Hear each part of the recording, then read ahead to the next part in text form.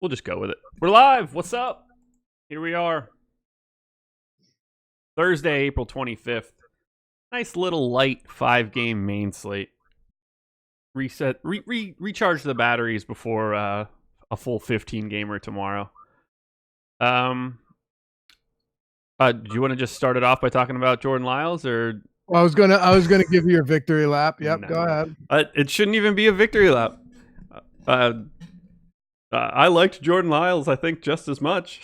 I just didn't like the ownership relative to Merrill Kelly. You can take a victory lap there. Now, Kettle Marte, on the other hand, being the dude going double that was the nail in the coffin, especially since it was 2 against 1, right? Because it was, Adam and me against you, and you stood your ground there.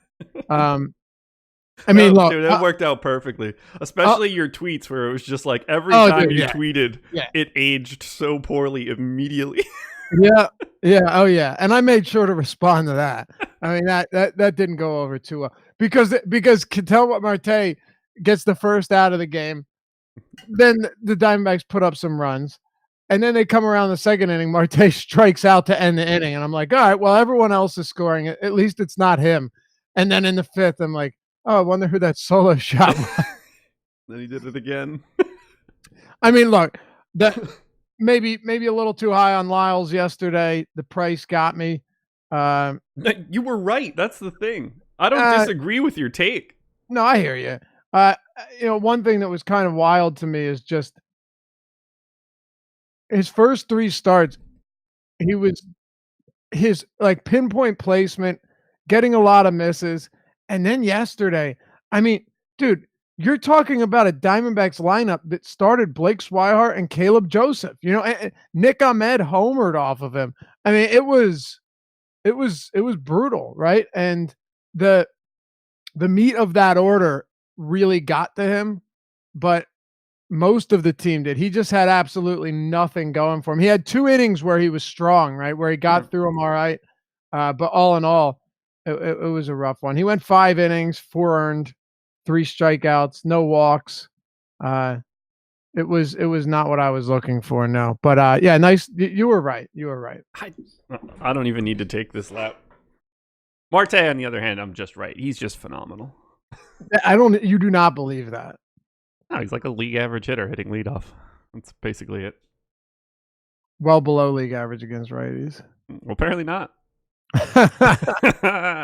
MLB Strategy is the promo code, 50% off your first month with us. Any monthly package you choose, including packages with Fantasy Cruncher. So if you want to check out all of the goods in baseball, basketball still, hockey, golf, tennis, MMA, we've got it all. Come check us out. MLB Strategy is the promo code.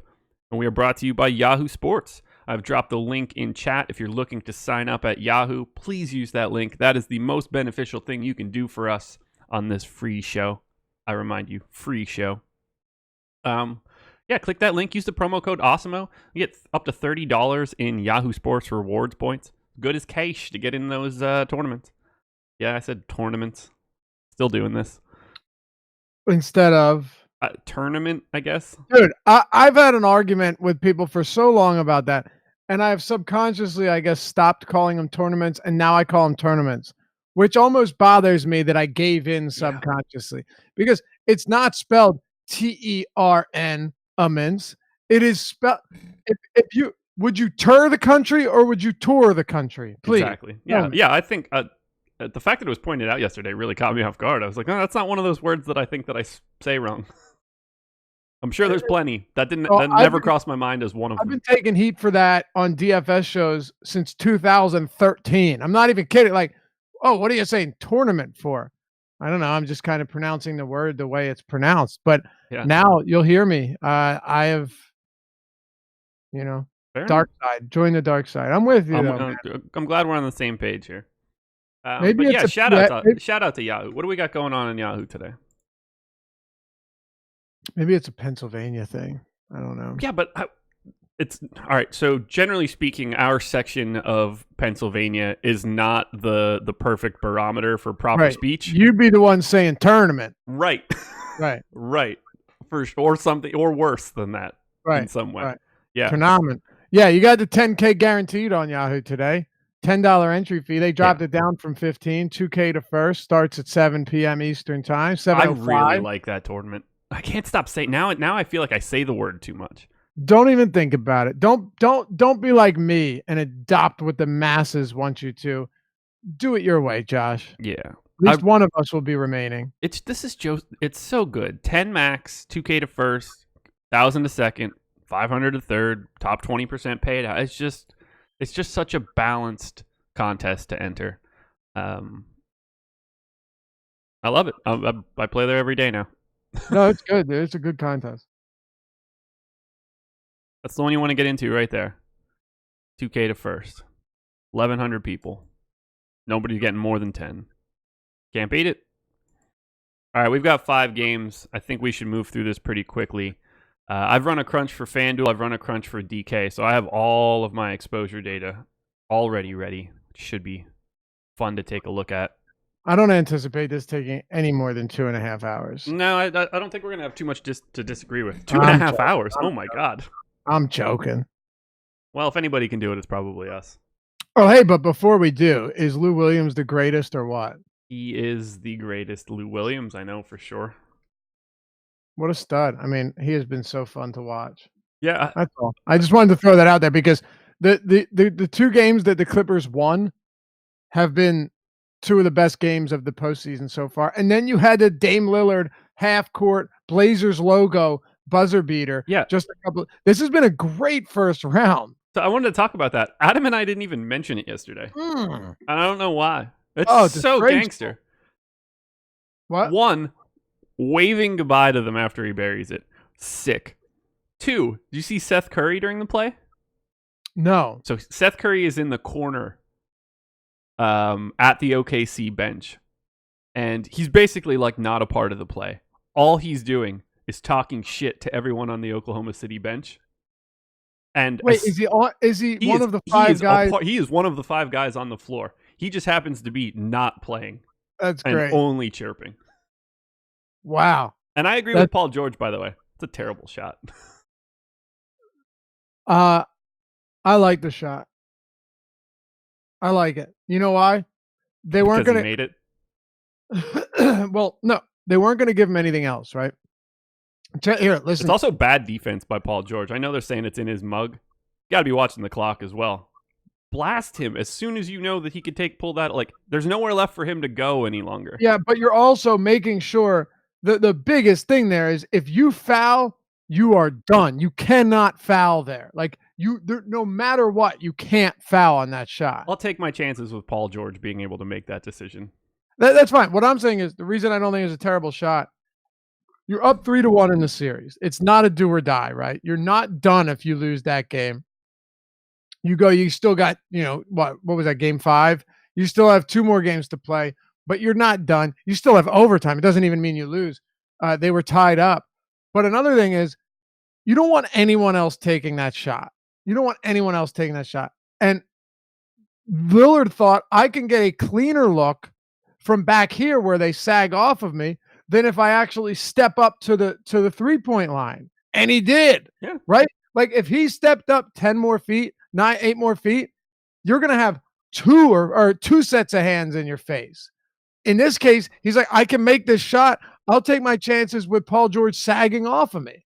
Yeah, and that's part of the problem. I don't know why you sagged off of him so much. When that clock hits 5 seconds, like, you already know there's only so many possible things that could happen. Yep. Get on him. Waiting for a drive. And do you realize how bad you have to foul him to get that foul call in that spot? Yeah.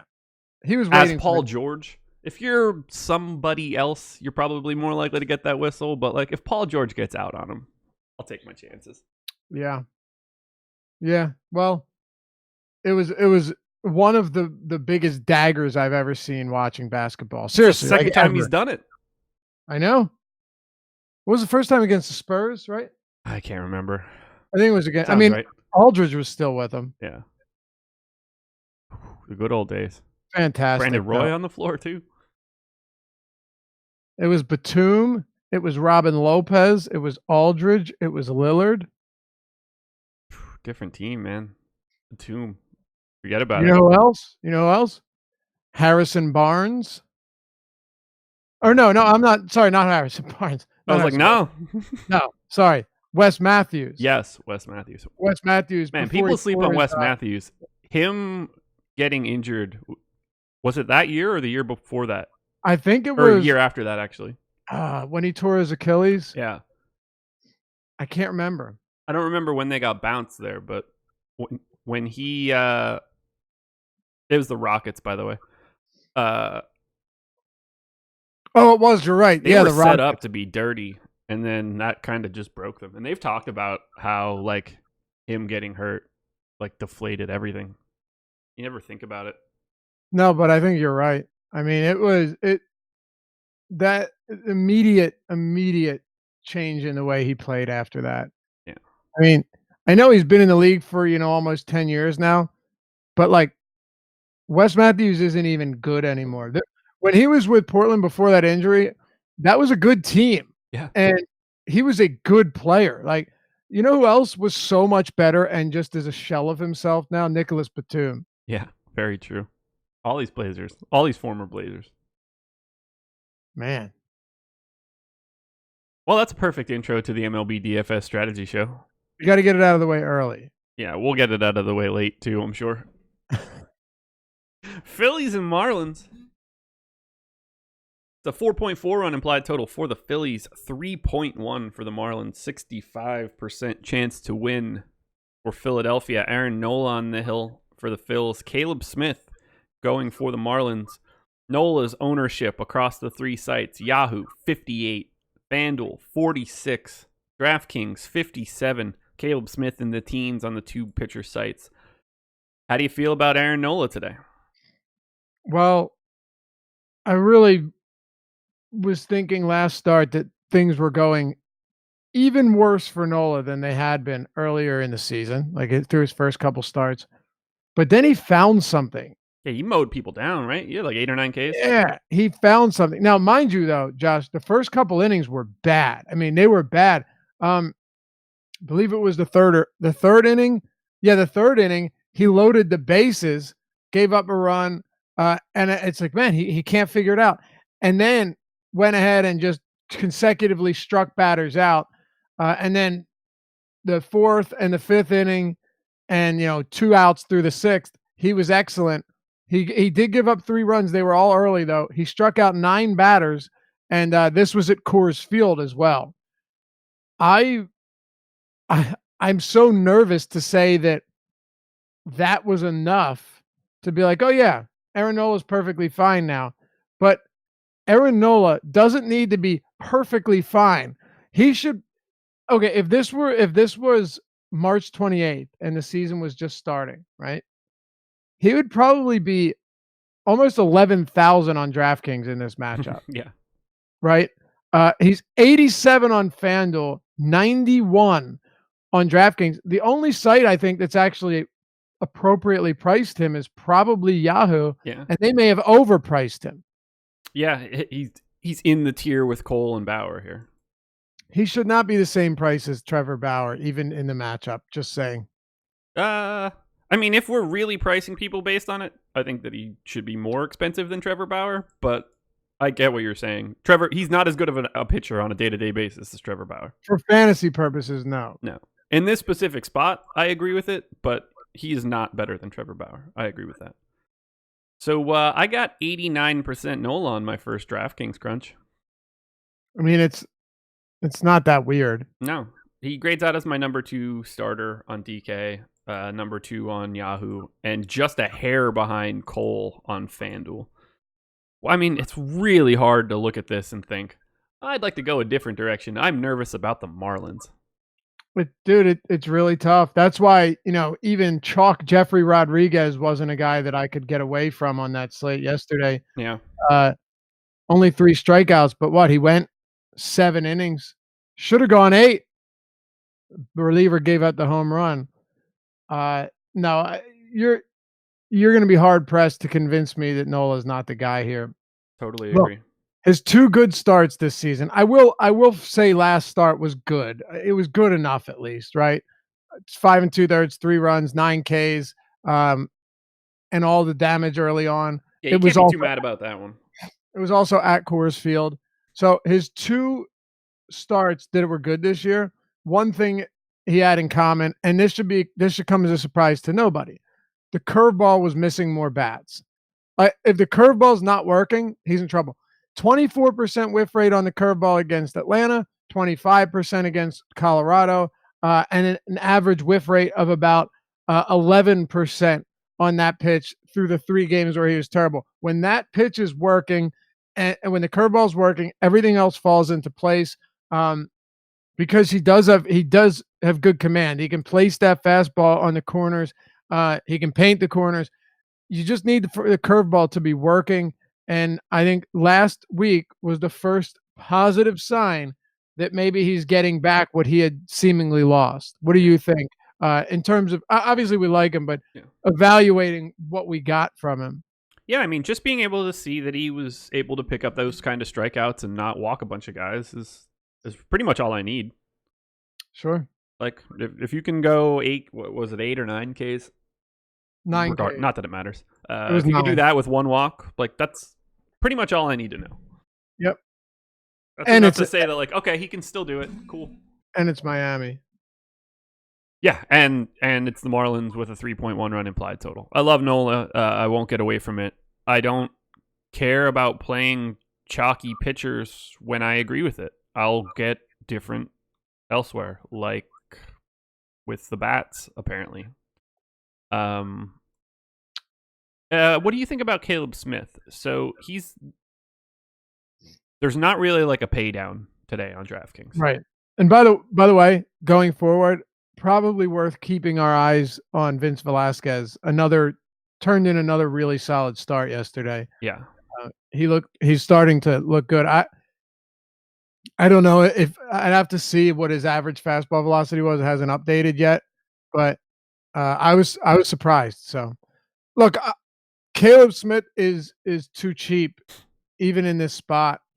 He's going to face a slew of righties. I understand that much, but he's also someone that's very capable of getting a ton of Ks. Gene Segura is not expected back until Saturday. That's like you think about it for opposing pitchers. It makes a big difference. Gene Segura, I mean, he's not Estudillo, but he does not strike out, He's a single-digit strikeout guy. So that's a pretty big deal when you've got him on the IL. It is. I hate that, by the way. So why are we calling just call it the that? DL? This is just not. Just call it the DL. Yeah, I didn't call the play-in games in the NCAA tournament the first round like they were trying to say that it was. Sometimes you just need to continue doing like the correct thing. And what you know is right. Right. That's right. Nobody's like, no, we really need to call it the IL now. No, it's the DL. It's been the DL my entire life. You're damn There's nothing wrong with that. Why change it now? What was the reason for that? Do you want the real answer? Yeah. No, I want you to lie to me. We can't be using the word disabled any longer. You're kidding. Is that really why they changed it? I honestly have no idea, but I assume so. Dear God. Dear God, Josh. Gotta nerf the world, my man. Gotta nerf the world. Can you imagine the person that woke up one day and was like, you know what? Screw that shit. I would throw that guy out of the meeting when he pitched it. Unreal. That could be offensive to anyone. It's beyond me. No. I don't even know if that's the reason. I thought they had like an actual reason for it. No, that would make too much sense. So Caleb Smith, 16% expected ownership. I got less, but I mean, of the 7K guys, it's basically him and Porcello, and that's it. There's just nowhere else to pay down. Like the options don't exist. Jordan Zimmerman is the bottom of the barrel at 7K. I don't need to pay 7K for Jordan Zimmerman on this slate. There's nothing else. There aren't any. Is there a closer you would want to take today as a punt? The new designation intends to reflect that injured players do not in fact have a disability. Oh, I had no idea. Thank you. That is enlightening. Okay. Mike Trout broke his finger. I don't suddenly think that he needs to hang the placard on his window when he pulls up to a grocery store. Come on. Oh God. Oh, it's crazy. Yeah. By the way, I forgot to mention, Marlins also have the highest K rate versus righties this year. So that's another thing where you just look at him and say, dude, even if Nola isn't his sharpest, you're still getting the strikeouts too. But yeah, sorry, what was your last question? I don't know. Just talking about Caleb Smith. There's just I You were saying I would there's no rather other just real value. I would There's no rather other just pay for the good arms today than worry about saving an extra $1,500 to go with coin flip dudes like Well, wait, Porcello or you Smith. okay, so you're saying Smith is a coin flip to you? Like he's fine and 7,300 works, but it's like if I'm gonna pay down, I'd like to really pay down. Here's how I'll put Like it to you. like do you think that rostering a closer is viable today? No. Okay. But here's the way I'd put it. And I'll put it to you simply because there's not a whole lot to this. Caleb Smith, whether you want to roster him or not, understand this one thing. He's not a $7,300 pitcher. That's all I'm saying. He's a lot better than that. Yeah. He's a lot better than that. Yeah, I mean, I have him better than Marco Gonzalez today. I have him better than Masahiro Tanaka today, and that's not relative to salary. Right. And I'm not even talking about just today, just in general. Yeah. Like he should not be $7,300. To me, that's pretty well. He has a 15% swinging strike rate this year. Like he's basically just like a little bit more wild Aaron Nola. Well, he's also left-handed. Right. I mean, I don't care what arm he's throwing with. He projects for a sub 4 FIP via steamer, 10 Ks per 9, just like Nola. He extra half a walk. Yeah, like except he has a slider instead of a curveball. Yeah, he's good though, man. He really is. He is a good pitcher.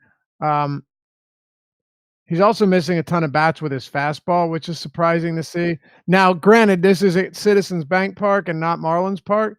That probably won't do him any favors, but look. If you want to roster, this is a spot, Josh, and not trying to take the easy out here, but really this is how I see it. I think you're just trying to take the easy out. No. Well, I'm saying because I'm not making a decision yet. Ownership to me is huge here. Yeah. Right now, he's projected to be around 16%. Yep. I think that's pretty fair. But it's not super high either. If that even comes down throughout the day, I'd have more interest because the Phillies are, striking out 24% this year versus they're top 10 in Ks so far, and Segura on the active roster, of course, without Segura. I think this is a good enough spot, but it's also a spot where he could get lit up a little bit. The Phillies have a stable of good righties, and they're back at Citizens Bank Park. This could go out. This could get up. Perfect example is Steven Matz. Matz didn't get an out against them a couple weeks ago, got blown up, and then faces them, what was it, 2 or 3 days ago, and has a brilliant game. That could very much be one or two of those situations, one or the other. For sure. Speaking of, Phillies are my third most owned stack on FanDuel. They're not getting all that much popularity, so I'm actually double the field. Totally understand that. And I'm a little bit over the field on the Phillies on DraftKings as well. Similarly speaking, because of how owned Nola is, I have exposure to the Marlins, and they're basically going under-owned. That doesn't make me feel great on FanDuel. It just happens to be the lay of the land. On DK, I did not get to them, and they're getting like pretty sizable ownership. Curtis Granderson, Alfaro, both at 20% expected. Brian Anderson and Starlin Castro in double digits. Wow. That feels aggressive. Really? Yeah, that feels a little aggressive. And wow. I try to factor that stuff in. Pushing people up higher. Try to factor what in? Leveraging against like the opposing team's high ownership and stuff. But it didn't even make the Marlins budge. Whereas it moved a little bit on FanDuel. So here's the one thing that is understandable. Aaron Nola has allowed 7 home runs in 5 starts. And Citizens Bank Park, as you and I both know, is a very accommodating park when it comes to power. So there's 2 ways to look at it. One, teams can hit for power here. It could hurt Nola. But then 2, there really isn't a lot of power at all on this Marlins team. You had 2 last year. The Citizens Bank Park was the 6th best lefty power park and the best, believe it or not, righty power park, ahead of the Rockies or ahead of Coors and ahead of Great American, which was surprising to me. A lot of power to be had here. The question, Josh, is where is it going to come from? Where would you be looking?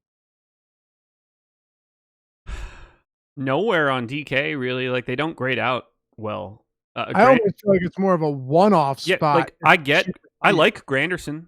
He's a $3,100 outfielder, potentially hitting leadoff in a lefty-righty matchup. But I don't like him all that much if he's 20% owned. Like, that's not the spot that I'm looking to get it. In cash, sure, I guess. But even still, like, no one grades out well on DK. In cash, it's going to be tough because you probably have Nola.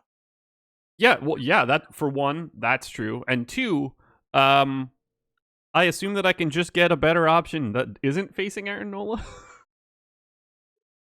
Now, on DK or on FanDuel, they're pretty easy to stack. Like, Prado, who I think sucks, but I have a soft spot because he's a former Brave.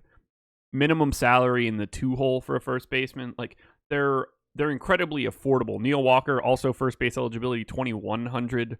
Brian Anderson is $2,500. Like, nobody's more expensive than $2,500 on FanDuel. So I get to the Marlins simply because they fit with everything else. Right. I agree.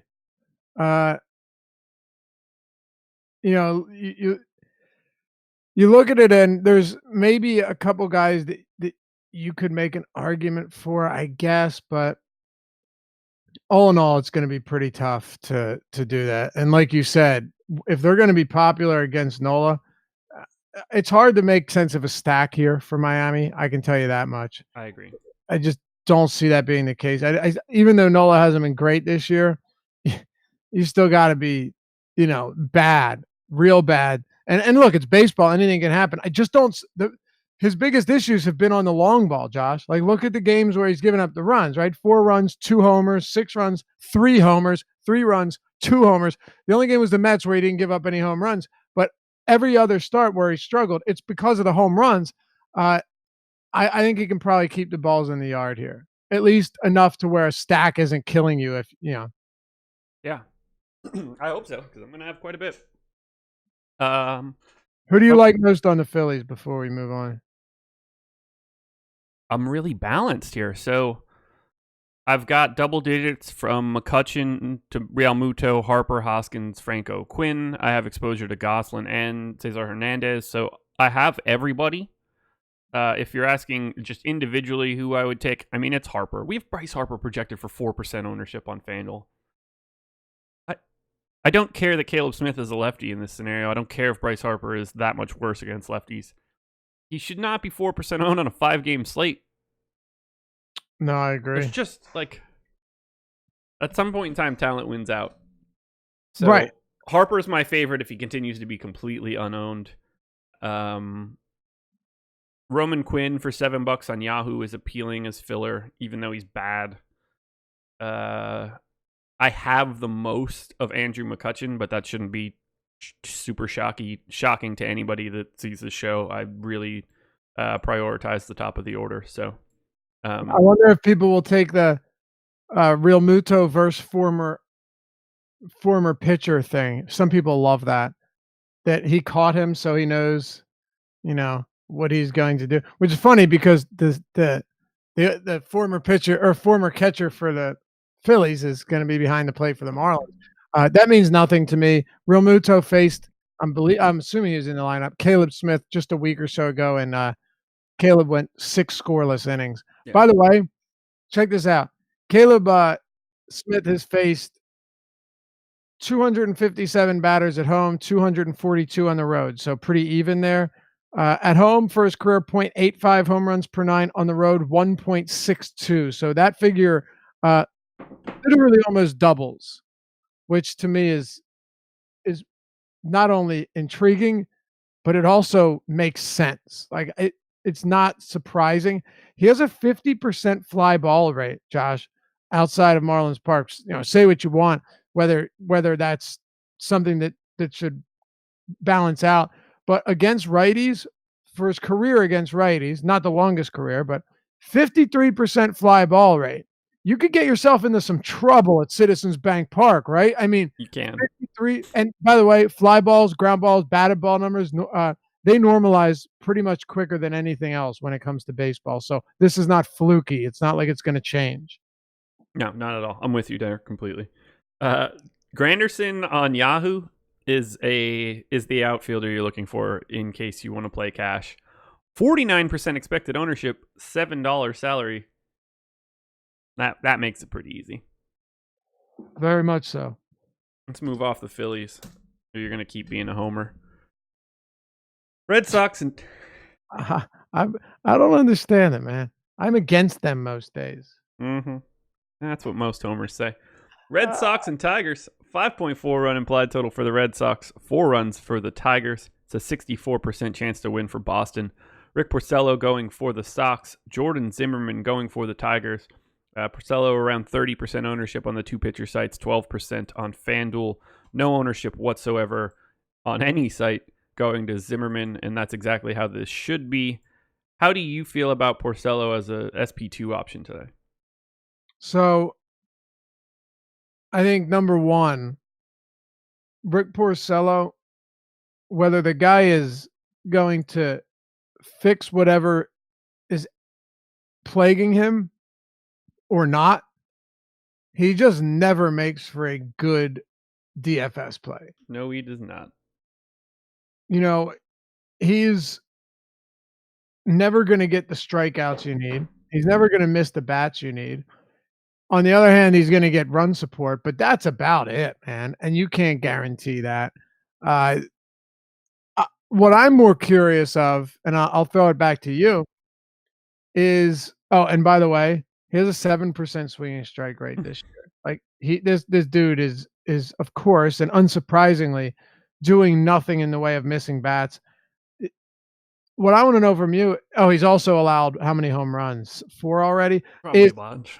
Is what are your thoughts on the Detroit bats? Because that's more interesting to me. So I'm roughly with the field. I've got quite a bit. They are my second most owned stack on FanDuel, but they're also the second most owned public stack. And then on DK, they're kind of in the middle of the pack in ownership, and I am with them there. They don't grade out particularly well. The only guys that I really care for are Candelario, Castellanos, and Cabrera. But if Porcello is getting ownership, then I do want exposure to the Tigers. I don't feel really great about getting to Porcello or the Tigers bats, but on a 5-gamer, I'm going to have relatively equal amounts of both. Like I got half of the field on Porcello. That makes me pretty happy for DK. Okay. How much Porcello do you have? I got 14%. We're projecting 28. That's a lot. That's a lot, man. Yeah, I'm happy with that 14 number. Wow. 28%. But there's nobody else to pay down for, man. Who else are you going to go to? He's I would the third rather most owned pitcher on the slate. I'd honestly much rather play, and you'll probably disagree with me here. That's okay. 2 other guys I would rather play. And both of them are projected to have low or pretty low ownership. There are 2 other. We'll get there. I'll save it. We'll get there. Obviously one of them has to be Trevor Cahill, right? Correct. Okay. I can't imagine you're going to say Taylor Hearn, but the other would be Marco Gonzalez. Okay. And not because he is a high strikeout guy, he isn't, but Texas is one of the most imposing teams from the right side of the plate, or unimposing teams from the right side of the plate. They don't do much to scare you at all against left-handed pitching. Well, we'll get there, but the point is, to me, seeing Rick Porcello, I don't. When I say Caleb Smith shouldn't be 7,300, I don't look at Rick Porcello and say, "Man, that's a good discount." No, not at all. He's where he's supposed to be. Look, I think he's too expensive, honestly. I don't mind it. The Tigers aren't good. There's some swing and miss there. They run heavy righty. No, they're not good. I'm with you there. I just don't. I just don't think that he warrants 28% ownership. To me, that's great. Like, if you're just looking from an upside standpoint, or even from if I'm looking for upside, I'll go to Caleb Smith or Trevor Cahill. If I'm looking for safety, I'd rather go to Marco Gonzalez. So there's nowhere that I see him having the advantage, and that's where I have trouble with this. But I guess I'm against the field here. Yeah, I mean, so am I, in a way. Everything's lining up correctly. I'm basically just taking all of the exposure to all these marginal dudes and saying, screw it, give me Cole and Nola. Right. But I like some of the cheap guys, I think, more than you do. Or not Cole and Nola guys, a little bit more than you do, I think. Which we'll get there. Yeah. I just Porcello wouldn't. If I'm gonna pay down, give me guys that can actually provide significant upside. Maybe once or twice a year, Porcello will have like an 8 or 9 strikeout game, but totally unpredictable. You don't know when it's going to happen because it's the exception to the rule. Yeah, I don't need to get to him when he's the third most owned pitcher and the most popular pay down option. Him being the most popular pay down option to me is insane, but hey, maybe it'll be a Lyles thing, and I'll be back here tomorrow licking my wounds. Now I hope that happens. Red Sox bats are the chalk. That should come as no surprise whatsoever. They are the most owned team on FanDuel by double. Yeah, I'm saying that correctly. Well, I think I'm saying that incorrectly, but I think you understand what I mean. Yeah. We have the Red Sox on FanDuel projected for 27% aggregate ownership. Next closest team is the Tigers at 14. I followed that for the most part. I didn't get all the way to that 27. I have about 20%. Really hard to want to ignore the Red Sox when they have a 5.4 run implied total on a 5-gamer. On DK, though, not getting that much love. 19% aggregate ownership. I doubled that up. I have 38%. I am playing massive amounts of every piece of the Red Sox on DraftKings. And I have like 90% Cole and 90% Nola. So I'm not even making any real concessions to get to Boston, which is really interesting to me because if I can get to that much Boston and that much Cole and Nola, why isn't everybody doing that? Yeah, that's a good question. Jordan Zimmerman's fastball has not been great. I mean, last year, a 329 ISO allowed the righties, 2017, 342, 2016, 295 ISO. Those are not good numbers. This year, he's done a better job of it. But as we've seen from 3 previous seasons, consecutive seasons, that's a pitch that really gets tuned up. This, similarly with Tyson Ross yesterday, who's seen his velocity dip below 90 miles per hour. The Red Sox, this team, they're just fastball masters. Mookie Betts, JD Martinez, Xander Bogaerts, they're all incredible against fastballs, as they should be. It makes it an equally enticing spot here. There's nothing about Jordan Zimmerman's fastball to me, maybe you have a different opinion, that is concerning. It's down to 90 miles per hour on the season. Yeah. Oh, by the way, yesterday, the Tigers walked in 4 consecutive batters with the bases loaded. Really? Yeah. Yeah. That's pretty amazing, right? Also really annoying. Oh, dude, it was frustrating. But yeah, of course, I love Boston as much as I did last night. Yeah. Hard not to. Any particular Boston bat stands out to you? Well, Mookie Betts, JD Martinez, and Bogaerts are my favorite, but Benintendi, Devers, it's all Marlins, good. They're all fine. Oh, and you know what? I had a decent amount of Christian Vasquez yesterday. He had a solid game, and the reason being, he actually is hitting for some power. He's got 4 home runs, 7 extra base hits this year already. At the catcher position, you can do a whole lot worse than that. And if he's batting 9th and you've got the 1 through 4 hitters or whatever, it's not the craziest idea. This season alone, though, he is, first of all, I will say this much. Lefties, he is destroying them. I mean, absolutely annihilating them. He has 3 home runs and 5 extra base hits in 25 at-bats against lefties. Yeah, I mean, really good. against righties, he's actually been pretty terrible.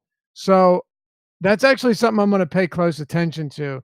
Is this guy a platoon guy that'll play versus both-handed hitters, but we really only want him against lefties? That could be possible. But he's also, in the Boston Red Sox lineup. So that's kind of all you need. Any Tigers bats that stand out for you? Not really. Rick Porcello is one. He's always been a guy that I don't like to roster, and I don't love rostering against. Mm-hmm. So there's no one that just pops off the board at me, but I don't think I'd have any issues if you wanted to go to Candelario or Nico Goodrum, but they're not that, like, Nico Goodrum's not that cheap. If I'm going here, I don't want to be paying up for these guys either. But hey, if Porcello's 28%, I think you'd be crazy not to have some Detroit stack exposure. That I completely agree with. I'm surprised that they're not getting a little bit more love. They're just not. One, they're not an easy team to stack. And I'm speaking to DK on this spot because they are a little bit heavier owned on FanDuel because of pricing. But, you get Miggy Cabrera at first. You have Goodrum at first outfield with like a pretty terrible price tag. Dustin Peterson is cheap but bad. And then you're working your way down to like Josh Harrison is at 17% expected ownership. Again, he's cheap but not great. You'd like to see him higher in the order. It's just not like a very appealing stack. It's either a lot of outfielders plus a first baseman, and then you get Candelario. They're just hard to fit in, especially with having so much Nola and Cole. Like, you get the salary savings, but you're not really happy to get to another team with them. I'm not surprised they're not getting more love. I like the top three if I wanted to one-off them, but I don't see them as really viable from a five-man perspective. Yeah, and I don't disagree with that either at all. Porcello, like I said, he might not be good, but he also, and I guess this season, oh no, only one game. He also is not going to get lit up all that much either. He really isn't. His biggest issue has been walks. He's walked 13 batters in 17 innings. That's been the biggest issue. 4 home runs, sure, but I don't know. It's hard to be real high on Detroit. All right, let's head to the big pitching matchup of the day. Astros and Indians. 4.2 run implied total for the Astros, 3.3 for the Indians. 60% chance to win for Houston. Garrett Cole on the hill for the Astros. Trevor Bauer going for Cleveland. I expected this to be closer than it was until I started looking into it, and then I realized it was not going to happen, and the public is following suit. 58% expected ownership for Cole on Yahoo, 28 on FanDuel, 54 on DK. Bauer, same order, 7%, 6%, and 15%. That's insane. Yeah, it's crazy. I didn't think that it would be that big of a gap. I got 1% Trevor Bauer on DraftKings. That's a spot where you might just want to like manually tweak something. I mean, I'm not saying it's necessary, but this is a guy who's $9,800 on DraftKings. Yeah. Overpriced. Really? He does not grade out well for me at all in this spot.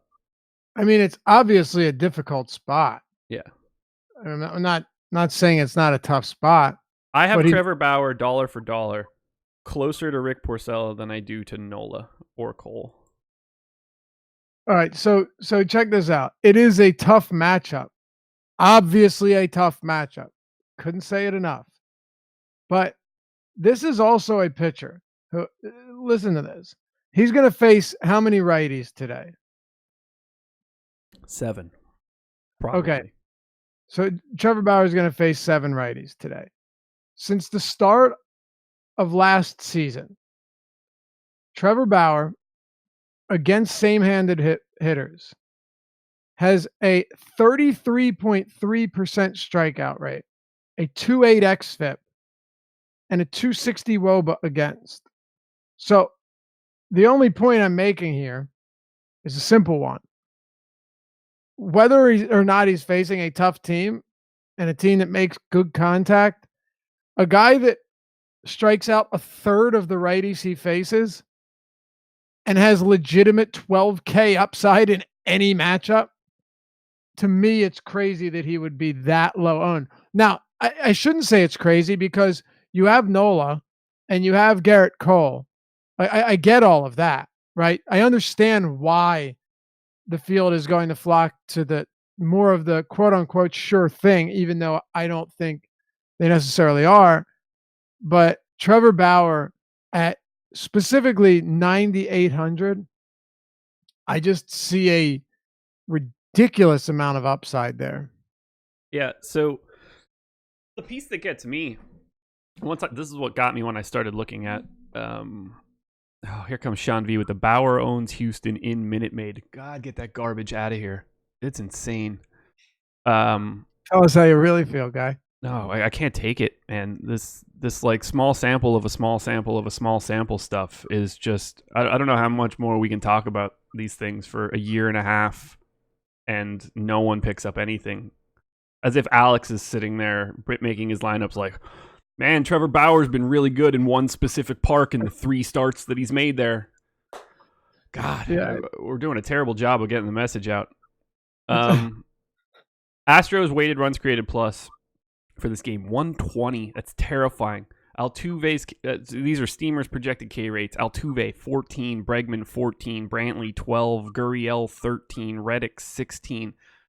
There are so little strikeouts there on a general basis. Now, I understand. Trevor Bauer has stuff that transcends, like, matchups. It's really just which side you want to look at it.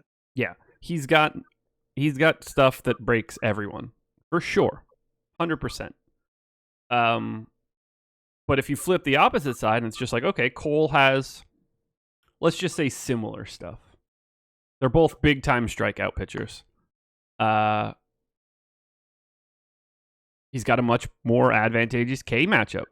The weighted runs created plus for the Indians, 107. Still an above-average team, but massively behind the Astros talent level.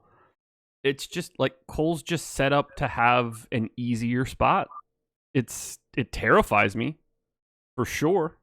But in terms of like reaching a target score, I have Cole like 3 times ahead of Bauer. Okay. I have Cole projected for 8.2 strikeouts. I have Bauer at 6.4. I'm gonna be honest, that one feels low. I mean, look, this is solely based on ownership. I mean, Cole is going to be wildly popular, while Garrett Cole, most people are forgetting that he's on the slate. Or Trevor Bauer. Cole's going to be wildly popular. Trevor Bauer is a forgotten man almost entirely. If I'm looking at someone like Bauer at the projected ownership that he has compared to Cole, who will right now is projected to be owned by more than half the field, that's where I would see the leverage. Just knowing that, like you pointed out, all of the concerning aspects of Houston's lineup, and you're right about all of them. But like I said, Cole also has 33% K rate against righty. He's striking them out at 39% this year. So he is, if anyone's capable of going in there and just mowing them down, if there were anyone, I do believe it would be Trevor Bauer. So that's all I'm saying. If Bauer goes out there and gives up 4 or 5 runs, I'm not going to be like, man, how did that happen? No, of course not.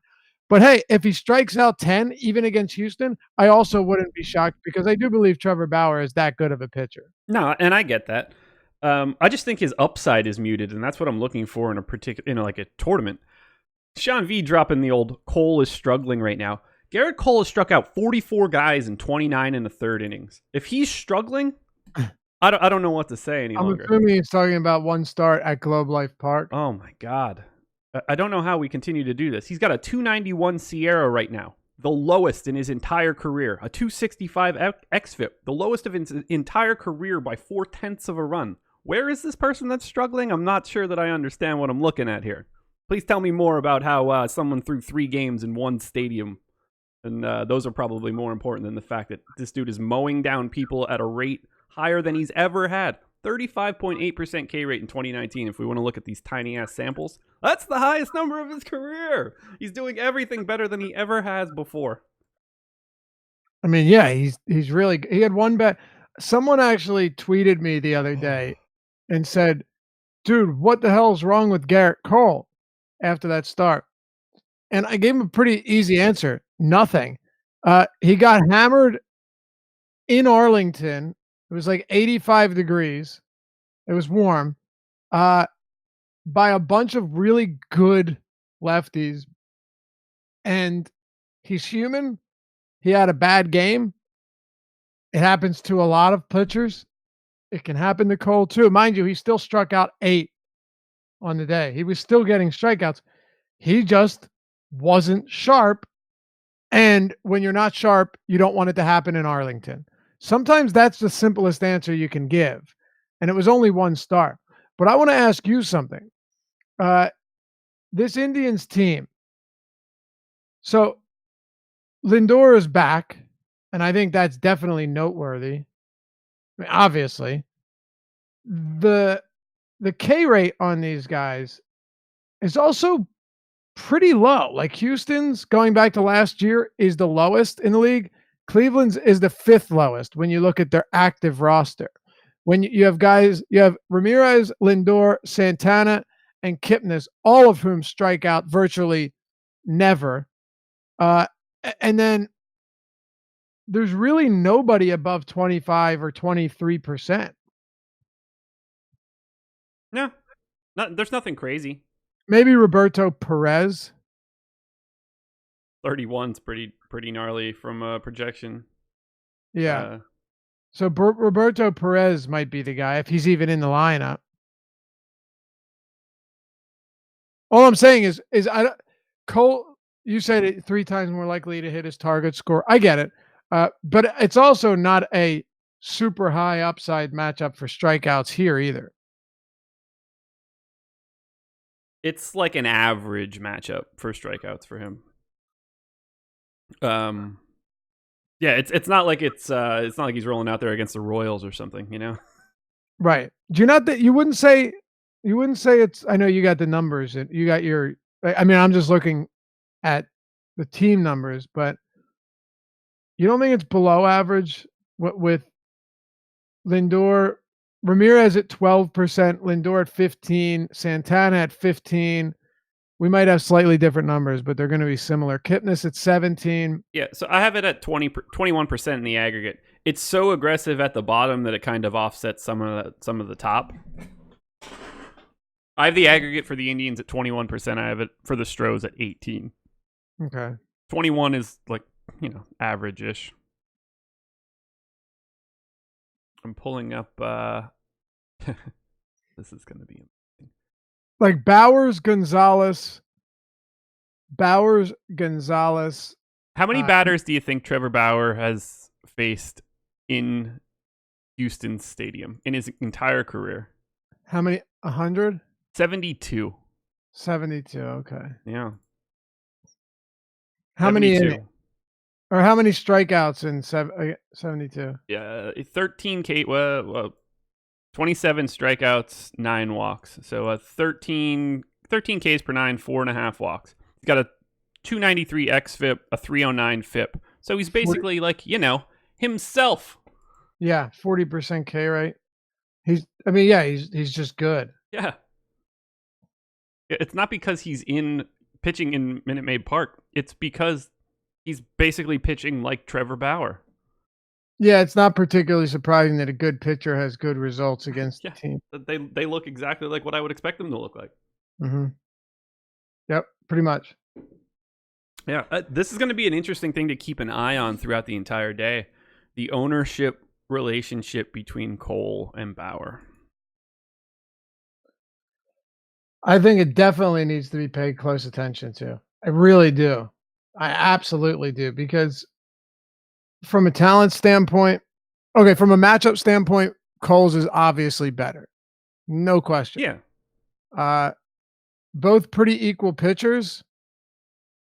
I think actually Trevor Bauer, if you put them both in the same matchup and ran it 100 times, would be better from a fantasy standpoint. So that's, Yeah, if you flip-flop them today on their teams, I would imagine I would have the same sort of comments about Trevor Bauer that I do I would of think Garrett Cole. I would think so, yeah. Yeah. I would think so, for sure. Any hitters for you here? So Houston, and this is the key thing. It's not as if I think Bauer is bad. I got basically no Astros bats. I don't have anybody more than I got 5% Altuve on FanDuel, 3% on DK. Like, I don't want to be against Bauer. So I don't like the Astros at all. I have essentially no Indians on DraftKings. Well, I have no Indians on DraftKings. On FanDuel, I have a little bit of Lindor and a little bit of Jose Ramirez, and that's because they're 3,800 and 3,100 respectively.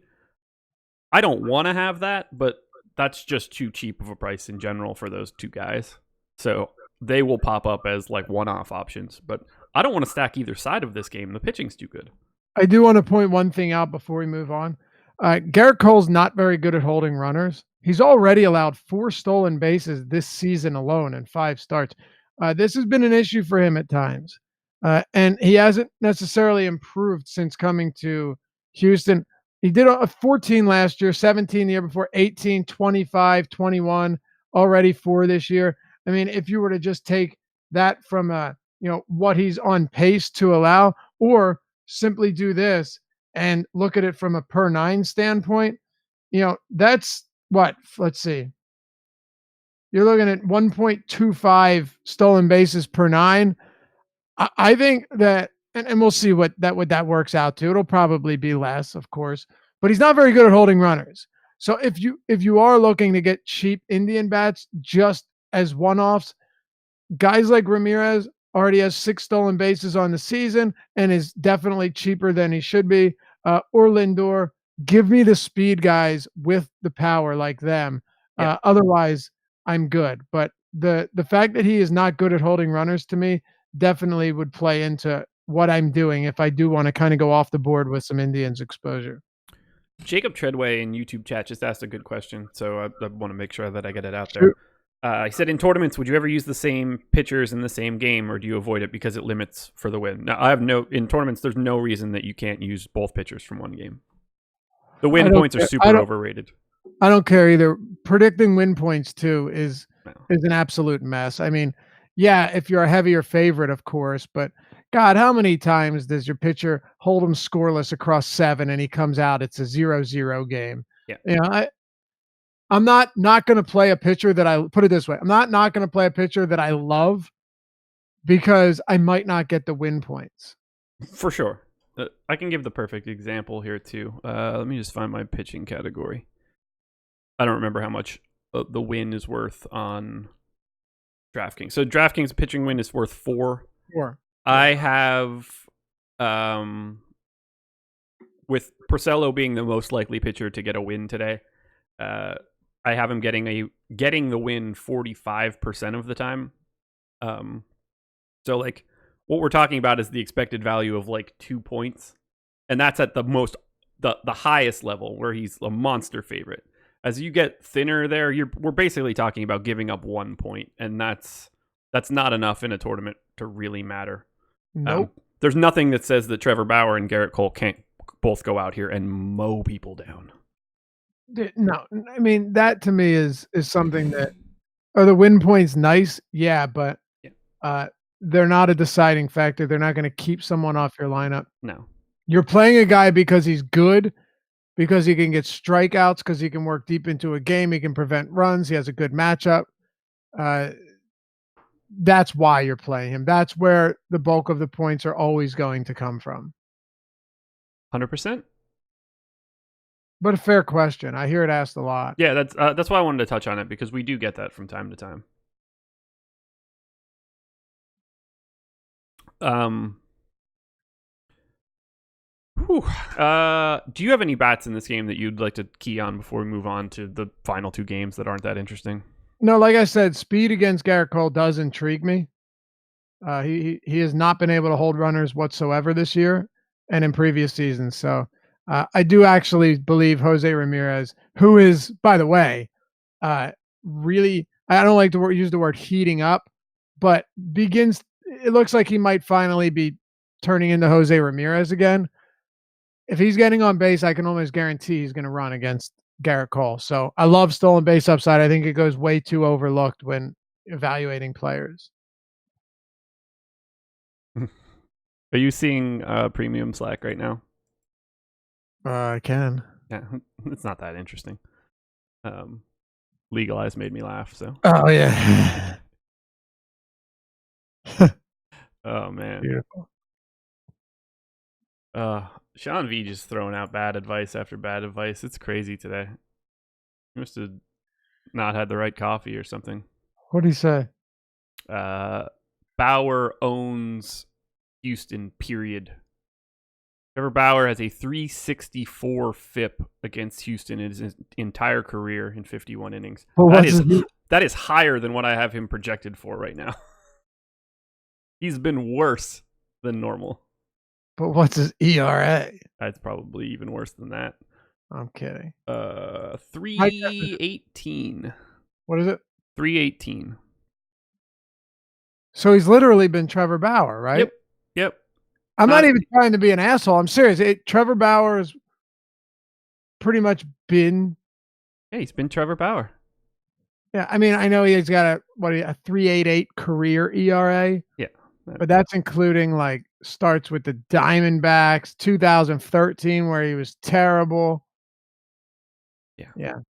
257 BABIP there. Left 84.5% of his base runners against Houston on base. Both of those are tending towards the luck. They side. suggest regression, yes. Yes. So look, has he gotten really good fantasy results against Houston? I don't even know why I'm arguing this because if he's going to be low owned, I love him. I love Trevor Bauer as a pitcher. I said on Sirius the other day that he's the best pitcher on the Indians. I said this after the first week of the season. Yeah, it's probably a hot take, but I think he is from a fantasy standpoint. So you're not going to hear me arguing against that. But I'm not looking at it, verse this or verse that, especially when you're going back and the roster looks different than it did before and all that good stuff. It's fantastic. I love it. I love it. Just remember, everybody, no part of what I'm saying says Trevor Bauer can't be a good pitcher today. That's not baseball. It's not how this works. BD 911. Would you say that Trevor Bauer's matchup today against the Astros is the most difficult matchup he can get in this league? That or the Red Sox. Agreed. Yeah. That or the Red Sox. Angels and Yankees. 2 games to go. We've already been going for an hour on 3 games. I love doing shows with you. Told you. Been good conversation. Yeah, I've had a good time. Trevor Cahill going for the Angels. Masahiro Tanaka for the Yankees. It's basically a coin flip. 4 runs apiece. Cahill getting very little love as an SP2. Tanaka getting very little love as an SP anything. Do you have any interest in pitching here? I know you're going to talk about Trevor Cahill now that you know how much Rick Porcello's owned. Well, yeah, absolutely. Yesterday I wrote up Felix Pena. And, I really should have just, even when I found out he was coming in long relief, I should have just rolled with some of him. That was unfortunate. Did he ended up getting trashed? No, he had a great start. Right. I thought so. Okay. Felix Pena came in relief through 5 innings, 1 earned run with 8 Ks. Really good start for Felix Pena. Did he get the win? No, because, of course, why would he? But by the way, that game killed me, man. I had Gary Sanchez. I needed Gary Sanchez as like I have a sweat on my hands if he does something well. And he did nothing. 0 for 4 with 4 Ks. Yep, sombrero. Yeah, I watched the first at bat against Bedrosian because he got up in the first with a man on. I was like, all right, baby, one time. 0-2 strikeout. I was like, cool, time to go to bed. So, but Rosen and Pena combined for 6 innings, 1 earned, and 10 strikeouts. I honestly just think that this is a spot where Cahill can give you really strong numbers, and I personally think he should be way higher on. If Porcello's 28% on DraftKings, how in the hell is Cahill at 6%? That really truly baffles me. I know. How did it get all the way up to 6? Oh, that's crazy. You don't really believe that. I got 0. If that helps. I don't know how you get 14% Porcello and 0 Cahill. All right, let me keep going, and then you can. By the way, Porcello 31% on Yahoo right now. Cahill 11%. So I got Cahill in 6 of 324 crunched lineups this morning. You talk about hitting target scores. Yes. Okay. Porcello, the likelihood that he gives you more than like 4 or 5 strikeouts is slim to none. I mean, obviously that's hyperbolic a little bit. Cahill can give you good strikeout numbers. He's going to face a slew of right-handed hitters at Angel Stadium. Look, it's not to say I love Trevor Cahill, but I definitely think that there is some upside there. This season, he has a 15% swinging strike rate against righties, 6% against lefties. I just see this being a guy who has decent enough swing and miss stuff to where you can say, I could see a way that Trevor Cahill gets through this one with a big game. It was really the same concept with Felix Pena yesterday. The guy was dirt cheap, 59 on FanDuel, by the way, but pretty cheap everywhere else. You don't have to love him, but if this is a Yankees lineup once again that's got a ton of righties, they had what 1, 2, 3. Did they have 5 yesterday? But the lefties are Tauchman and Ford, Gardner, and Tyler Wade. I just don't think it's a very good lineup for the Yankees. That's all, and a good park. And Porcello's 28%. Yeah, look, I'm not saying the 28% for Porcello isn't too high, but I think 6% for Cahill also is. Really though? Like that? Okay. I think he's second worst. He might be a hair ahead of Hearn. No, second worst for me today on DraftKings. I've been projected for 4.7 Ks. You have him below Zimmerman? No, Zimmerman's the bottom. And you have Hearn. Zimmerman's the ass end of this. I have Hearn and Cahill as essentially equals. All right, then. And what we're talking about are like equals of garbage. I must be missing something if Porcello is that far above him. Yeah, like I have Porcello hitting that target 6% of the time, Cahill 2. Neither of which are like super appealing or anything. I mean, Nola's 17, Garrett Cole's 26, if you want to know what the range looks like. I think this Yankees lineup is getting a bit like people know that everybody's out for the Yankees and we just assume it's bad. They actually project as like a league average offense for me. Well, yeah, but that's what I'm saying. League average offense in a below average park. I'm not saying they're awful, but I think the problem with Cahill today is just its price. Yeah, I'm really just comparing him to Porcello. That's all I'm doing here. So Wade is going to strike out a lot. Ford will strike out. Luke Voigt strikes out a lot. Clint Frazier strikes out a lot. Gary Sanchez strikes out about 26% of the time against righties. Certainly does it 4 times in 4 at-bats on Wednesdays. 100% of the time. I opened it up, too. Like this morning, I was like, okay, I'm not looking at anything. Going straight to the box score. Gary Sanchez, what'd you do? 4-0-0-0-0-0-4-0. I was like, cool. Dude, I'm just it's crazy. I know. Turn this water on, hop in the shower, wash off all the stink. Other than Gardner and LeMahieu, who doesn't? I don't know. Who doesn't strike Urshela out? doesn't strike out all that much. Who? Urshela. Right, but He's also not good. But I'm just, it was one of the three guys. Gardner, LeMahieu, and Urshela both, or all three project under, or at like 18% or less. No, you're right. I forgot he was. He wasn't in the lineup yesterday. I mean, he doesn't like normally just pop up to the top of your head and all. What with being a guy that shouldn't be playing. No, I mean, sure. You can only keep so much of that in the brain before you just have to push out for like other more important stuff. And I guess he has been in the lineup, so I was looking at the lineup from Tuesday accidentally, but yeah, I don't know. Again, it's just Porcello versus Cahill. I don't think one is better than the other. I don't think Porcello is markedly better than Cahill.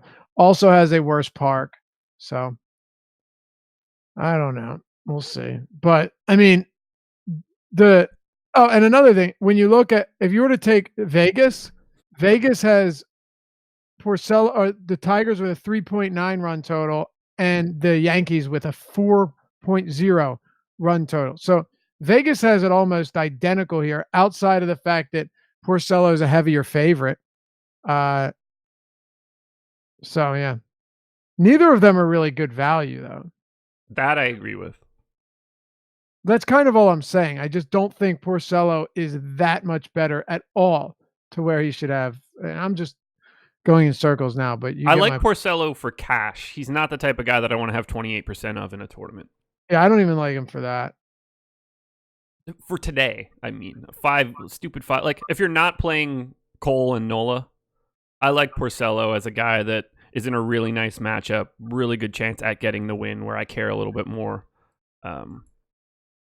You know what this makes you think again? How the hell is Caleb Smith $7,300? Ding, ding, ding.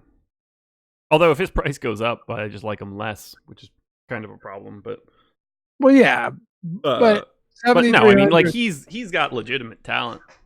Oh, he's. I mean, the fact that he grades out as well as he does for me in this matchup that he has against the Phillies and all that righty power, like that's scary. Yeah. I mean, you're hunting for strikeouts, so if you can, you overlook the power and say in tournaments could Caleb Smith give me really good numbers? The answer is yeah. It doesn't mean he couldn't get blown up too. But if Bauer does not deliver tonight, we all know how Josh is going to start the show tomorrow. It's going to be irrelevant to me. That's the piece that everybody's missing here. Like, I don't want him to pitch well because I won't have him, but I still think he's fantastic. Like, that's where the disconnect is. No, I'm not going to take some victory lap if, like, Trevor Bauer scores 40 FanDuel points or something. It's a long season. We throw a lot of garbage against the wall, man. I'm going to look real smart on some days. I'm going to look real dumb on some days. When we've got like 6 more months of this, I don't care about any individual result. Right. I hear you. One last thing I'd say here, and then we can move on. We haven't even talked about the batters in this game. I know. We can do whatever you want. You're steering this ship. I'm steering it right into the rocks or the iceberg, man. This is a Yankees team that is not going to be very good against sliders. And hell, even if Stanton and Judge are in the lineup, we've seen them struggle against those pitches as well. So that is Cahill's go-to here. Yankees, this active roster is dreadful against the slider. Actually grades out 4th worst in baseball. Trevor Cahill's best pitch, at least his best swing and miss pitch, is the slider. 23% whiff rate this season. I'm just throwing some stuff out there, and it's obviously not the end-all be-all whatsoever, but it does line up pretty well for him here. If you're talking about how did he do against these guys from a pitch type standpoint, it could be a lot worse for a guy like Cahill. Yeah. I just don't like Porcello. Porcello is going to have a complete game shutout today. There's no question. Rick Porcello is the inverse Jordan Lyles for today. Yeah, exactly. Bats, I'm like just kind of with the field across the board here. What do you think of Tanaka, though? He grades out really bad. Yeah, Really, this is really so bad. crazy here. Like, he's my fourth worst pitcher, dollar for dollar on DK. I would rather have Marco Gonzalez than Tanaka. I would rather have Caleb Smith. I'd rather have Porcello, but we don't need to go down that path. I just like there's nobody strikes out for the Angels outside of like Brian Goodwin. Just a lot of this is a very, very low upside matchup for Tanaka. Yeah, very much so. How do you feel about Yankees bats? They're pretty popular. LeMahieu, Sanchez, Torres. I get it. Like I said, I'm basically neutral with this entire game. No pitching, just get me some of the hitters, and I'm cool with it. Yeah. Well, okay. So with me, I'll take some Trevor Cahill if necessary, if it means ahead of Rick Porcello. But Cahill is not immune to giving up a good amount of home runs either. So I don't think a Yankee stack is all that insane. You know, if Cahill starts to undo himself, it's going to be pretty ugly. The question is, how are you stacking this team? Like DJ LeMahieu at this park, especially leading off. God, that's unappealing. It really is. Ugh. But he's really inexpensive, so I get that. For me, it'd be guys like Voit, Sanchez, Gleyber Torres, Ford. I wish Tauchman wasn't batting eighth, but those type of guys. I do like the power bats for the Yankees. Hard not to. Bauer's allowed 4 home runs to lefties and 4 home runs to righties this season. He's striking righties out at 26%, though, which is, again, I do think the lineup would be interesting to see what we get here as well for the Yankees. Yeah. If I it's mean, it can't change too much. I made this point yesterday, or maybe that was Tuesday with you. If they're just running out of dudes on their 25-man roster, Right. they like really mix it up. Right, exactly. If I got a 6 righty lineup, I would like Trevor Cahill more. But if you were to say get Clint Frazier, they did put him on the IL. Yeah, he's outie. I thought he was just day to day. He's Get on one the back and put one right back on. God, they're losing everybody. It's also, crazy. stop calling it the IL. You're not helping us. No, I don't. No, listen, dude. I want to be PC, bro. I want to get this right. Oh God. Mariners and Rangers. You are right, though. I don't think anybody thought you're disabled because you have a bruised shin. Also, not a problem to say disabled. It's the intent of the word. Right. Right. Exactly. If I blow my ACL out, I am temporarily disabled. Yep. It's just true. Whatever connotation you would like to put on it in that spot is your business. Exactly. I mean, my ability is no longer what it normally is. I am disabled. Anyway, 4.8 run implied total for the Mariners, 3.7 for the Rangers. 61% chance to win for the Mariners. Marco Gonzalez going for Seattle. Taylor Hearn going for Texas. I do not believe that Taylor Hearn is available on Yahoo or FanDuel, but he is 7,200 on DraftKings. You don't really need him. I don't really love the idea of paying up to 8,400 for Marco Gonzalez today. I'm not a big Marco Gonzalez fan in general, but at the very least, this Rangers offense is bad, and there's some strikeouts to be had. He's pretty. I would say that Gonzalez has like pretty big error bars for today. Not a guy that I want to get to, but I could understand the appeal for the matchup. So you said Texas offense is bad. I know you and I look at platoon splits a little differently. I really think this is one of the most extreme teams when it comes to facing a lefty or a righty. Against right-handers, you've got Mazzara, Chu, Joey Gallo. No Gallo in my projected lineup. Okay, which is even better.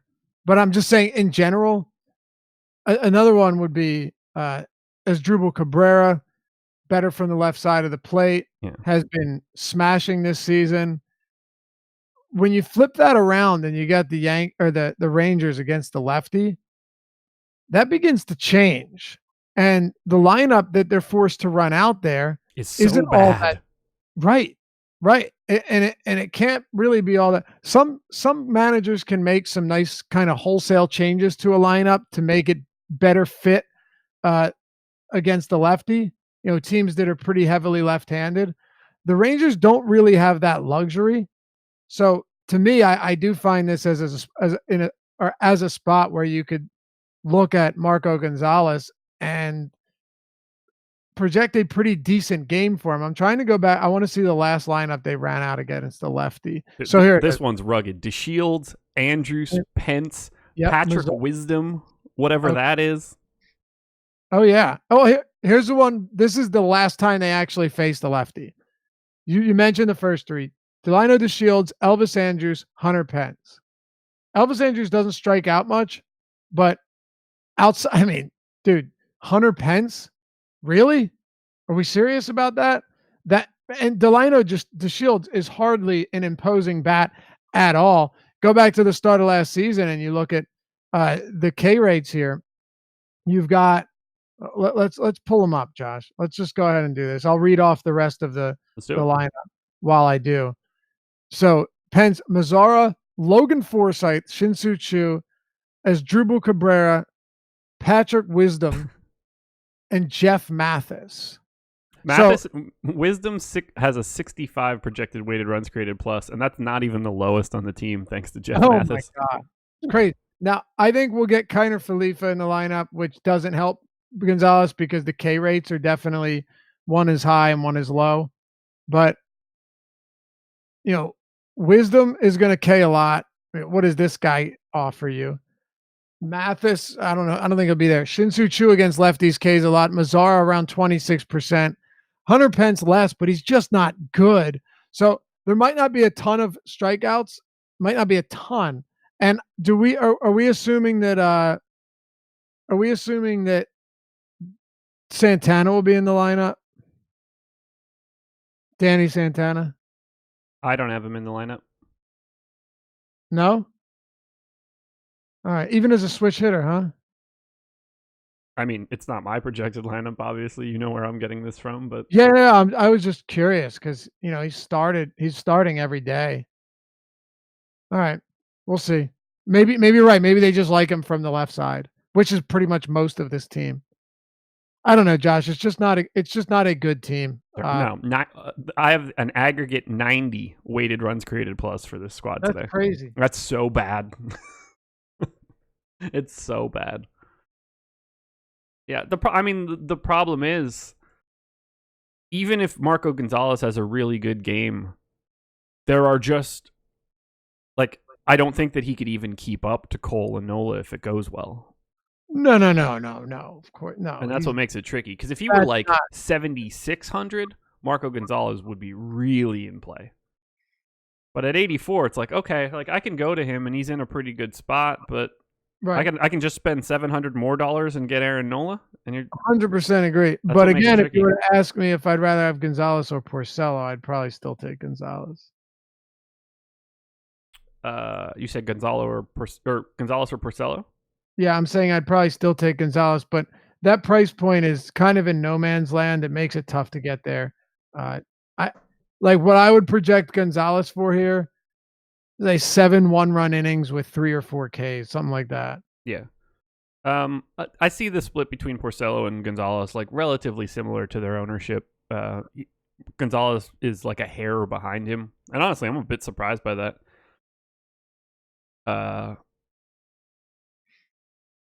Yeah, Marco Gonzalez is fine. It's just on a different slate. I would like him, I think. Just today it's really hard for me to get away from the major power arms. Yeah, it's a tricky one. How do you feel about Rangers bats? Because that's the target that I have right now. On DK, I got more Rangers bats than I have really anything in this game. Who, though? The top piece. DeShields, Andrews, Pence, Mazzara, Forsythe. No part of what just came out of my mouth makes me happy. God, that's brutal. It's so bad. It's so Now I bad. know how you're getting your Boston stacks with Cole and Nola. Yeah. Yeah. Yeah, I And have Nola I have doesn't allow so much stolen Boston. bases either, which just makes the Shields that much less appealing. Not to say he can't steal. He runs on every attempt he has, but it's a tougher spot. Yeah, Oh man. it's incredibly unappealing. I really hope that they mix this order up somehow. Uh, get Asdrubal Cabrera higher than 7th. Gonzalez is kind of just one of those guys that I rarely roster hitters against. But if it's going to be anyone, it probably would just be DeShields because he's cheap. And while it's not a good base running matchup, at least I know he'll run. That's true. I think it's crazy that Texas is the third most owned team on DK right now. Wow, man, I see this slate a lot differently. I'm surprised. Like not just Texas, but the slate in general seems, Yeah, I am not fond of this Rangers piece whatsoever. I like Pence at his price tag. I like Mazzara at his price tag. That's it, I guess. DeShields for 2,700 leading off for the Rangers is interesting. But yeah, I mean the Rangers are basically a function of the two high end arms. And for the Mariners, I basically don't have anybody other than Edwin Encarnacion on DK. not me neither. I don't know where else I'd go here. Uh well, the last thing we need to talk about before we finish is what are your thoughts on Taylor Hearn? Not as a someone you're starting, but for the matchup. I mean, he's pretty much useless. I have him in for 5 innings. I think that's probably too aggressive. Dude gets a lot of strikeouts. Yeah, 8.5 Ks per 9 via steamer. Lots of walks. A 5+ FIP. You see his strikeout. You see his strikeouts at the minor league level. Yeah, so it's like he threw 100 innings last year in Double A for the Yeah, Pirates. 9.6, Yeah, 9.3. mowed some people down once he got to the Rangers. It's there, I guess. He's got a decent fastball. Not much of a prospect. He's just a guy, I think. His curveball and chain. His curveball is a 50 grade. Yeah, Fastball 60. and piss poor command. Yeah, Let me guess. You and I are both on Taylor Hearn's Fangraphs page. you got that right. Ding, ding, ding. Ninth prospect in their farm system. Yeah, I think that 4.8 run implied total being second on the slate explains all you need to know about Taylor Hearn. I don't. So, you know what really explains everything for what you need to do here? The fact that he is 7,200 in this spot is Totally like lunacy. This is a guy that should be like 5,800 today. Yeah, I'm just saying Vegas totals on guys making their first career start. I don't put too much stock in them. I would disagree with you there in that I don't think that anybody else is going to be finding any better spots to get information. I mean, we might. Well, that's kind of my point. It could be higher, could be lower. Like, what are we really?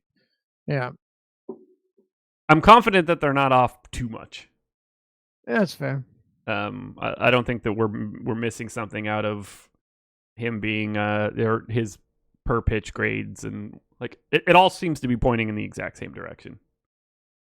The applied total, the pitch grades. Yeah. Yeah. I mean, like a 10K per 9 rate in Double A at 23 years old isn't really anything to be like going wild about. I mean, the guy sits 95 on his fastball as a lefty. That's pretty crazy. Yeah. Huh. I mean, strikes me as the type of guy that maybe should just be in the bullpen. Man, that's wild. That's up there. That's like Paxton, Sale, Snell type stuff. That's big time stuff from the fastball. Huh. I mean, I'm not paying that much for him, but interesting. Huh. Favorite bat from the Mariners? All right.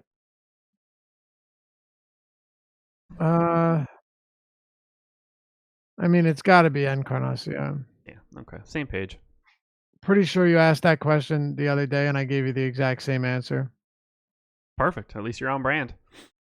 I mean, I don't have an issue with stacking Seattle here, just given the fact that what are we looking at their ownership right now? 4% aggregate on DraftKings. They are the lowest owned team of the slate. Wow. Oh God, they're really expensive. Holy shit. Vogelbach's 5,100. Yeah. What? Haniger's 56. No wonder this. Wow. Yeah. Yeah, they're really expensive. I was gonna say, like, this Hearn guy seems like someone that could go out there, go 5 innings with 10 Ks and no runs, and then the very next game go 2 innings with 8 runs and 6 walks. Like, he looks like the type of guy that's all over the map. Yeah, that's an understatement. How in the world did it take us 90 minutes to do 5 games? Told you.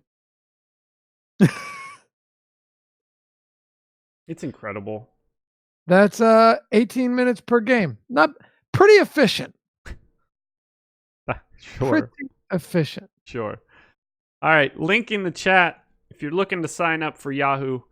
They are our presenting sponsor, and we would love for you to sign up through the link I just dropped in and use the promo code AWESEMO. Get up to $30 in Yahoo Sports rewards points. YSRPs. Get them YSRPs. Highly recommended. Love the site. Been playing there every day now, and don't plan on stopping anytime soon. It's softer, 10 max. Don't have to worry about going up against 150 lineups. You cannot beat it. MLB Strategies, the promo code, 50% off your first month with us. Any package you choose. So sign up. Come check it all out. Come join us in Premium Slack. Where you at on that one, Sean V? Come join us in Premium Slack. Don't be the king of YouTube. Come say hi. Yeah. We'll show you around. Deep dive will be out from Adam in the early afternoon, I believe. He's not making you cover that, is he? He hasn't asked. Okay, good to know. I will be making another appearance on the deeper dive today. So you and I get to do this again on a better time scale. So we'll get it all in an hour. It won't take as long, yeah. No. And then live before lock, myself and Chris Spags shooting the proverbial poop for about an hour. That's it, I guess. Not much going on today. Relatively light. Come check out all the good content, everybody. We got it all. Anything else, Loppy? I'll see you at 5. Sounds good to me. I'll see you in 40 minutes, but neither here nor there. Oh, that's right. Or whenever Eddie says, yo, I'm awake. Are we still live? We are still live. Oh, okay. But now we're not. Bye, everybody.